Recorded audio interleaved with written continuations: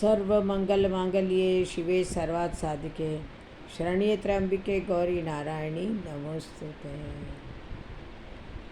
बोलो मातेश्वरी की जय हो, जगदम्बा मात की जय हो, संतोषी माता की जय हो। आज का प्रसंग है मुस्कुराहट। मोहन अपनी पत्नी सुधा के साथ मंदिर भगवान के दर्शनों के लिए आया था।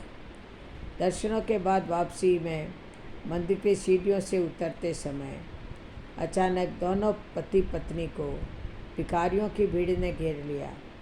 तो सुधा ने पर्स खोलकर उन्हें पैसे देने शुरू किए थे कि मोहन गुस्सा होने लगा। ओह सुधा, तुम्हें पता है ना कि मुझे ये सब पसंद नहीं, फिर भी इसी वजह से तो मैं मंदिर आना मुझे अजीब सा लगता है। उसने कहा, मोहन जी, ईश्वर की कृपा से हमारे पास सब कुछ है। एक बड़ी एक्सपोर्ट की फैक्ट्री है, तो एक बुटीक भी है। इतना कमाते हैं तो कुछ दान भी तो करना चाहिए ना। उसने कहा, यार, दान देने में कोई परेशान नहीं है। परेशानी इन हट्टे कट्टे लोगों को देखकर होती है जो स्वयं काम धंधा करके कमा खा सकते हैं, मगर बैठे बैठे तुम जैसे लोगों की वजह से ये काम धंधा नहीं करते। तो सुधा ने कहा, तो अरे आप क्या कहते हैं, कोई इन्हें कुछ ना दें और यदि कोई काम नहीं मिले तो ये भूखे सो जाएं, ये तो गलत है ना। अब मोहन जी ने कहा, तुम्हें कौन समझाएगा। कहकर मोहन जी वहीं एक धड़े पर बैठ गए। अचानक उनकी नज़र एक बुजुर्ग दंपति पर पड़ी जो बहुत सुंदर सुंदर कपड़ों के बैग लिए बैठे थे। उन्होंने जाकर उनसे कहा, अरे आप दोनों लोग क्यों नहीं मांगते, आपकी तो उम्र भी है। मोहन के कुछ तीखे तेवर से दोनों को कहा। तो बेटा, उन्होंने कहा, बेटा, हमें अच्छा नहीं लगता। हम मेहनत करके खाने में विश्वास रखते हैं, ना कि मांग कर खाने में। मोहन को कुछ हैरानी हुई उनकी बात सुनकर। फिर वह बोला, तो बाबा आप इन्हें क्यों नहीं समझाते। बेटा ये देखो, हम दोनों पति पत्नी पूरा दिन में 2 या 3 बैग बेच पाते हैं, जैसे तैसे गुजर बसर करते हैं। ऐसे में इन्हें कहें भी तो क्या कहें। लोगों को एक्सपीरियंस वाले लोग ही चाहिए होते हैं।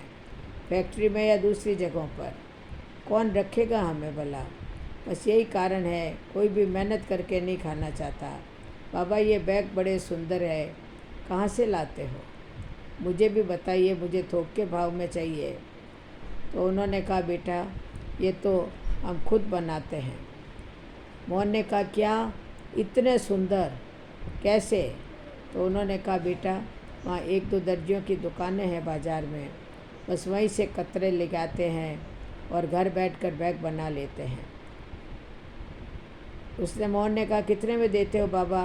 उन्होंने कहा, 50 रुपये में। अच्छा। मोहन कुछ सोचने लगा। तब तक सुधा भी वहाँ आ गई। अरे मोहन जी, नाराज़ हो गए क्या। अरे बाबा, इतनी तकलीफ़ होती है तो कुछ कीजिए ना इन लोगों के लिए। सुधा, वही सोच रहा हूँ। अरे बाबा, अगर आपको ये कतरे मिल जाए तो आप मुझे ये बैग कितने बना कर दे सकते हैं।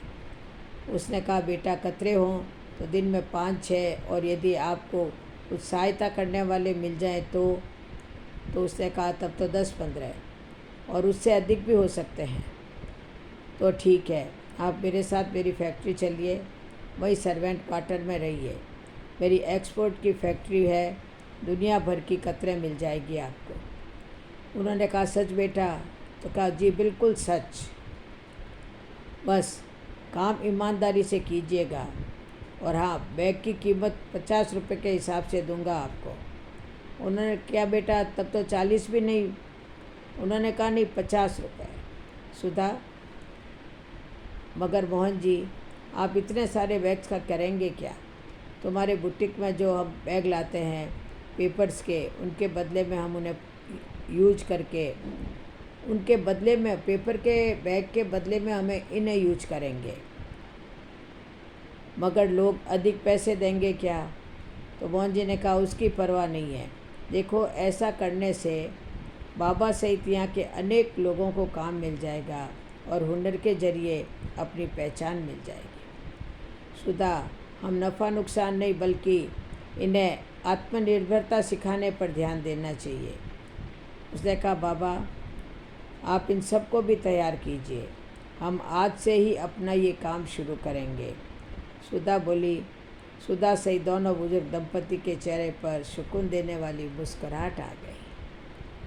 तो कहते हैं दोस्तों, रचना काल्पनिक जरूर है, मगर ऐसे ही मददगार बनेंगे हम तो अपने देश, अपने शहर को खूबसूरत बना सकते हैं। बोलो जय श्री कृष्ण, जय जय श्री राधे।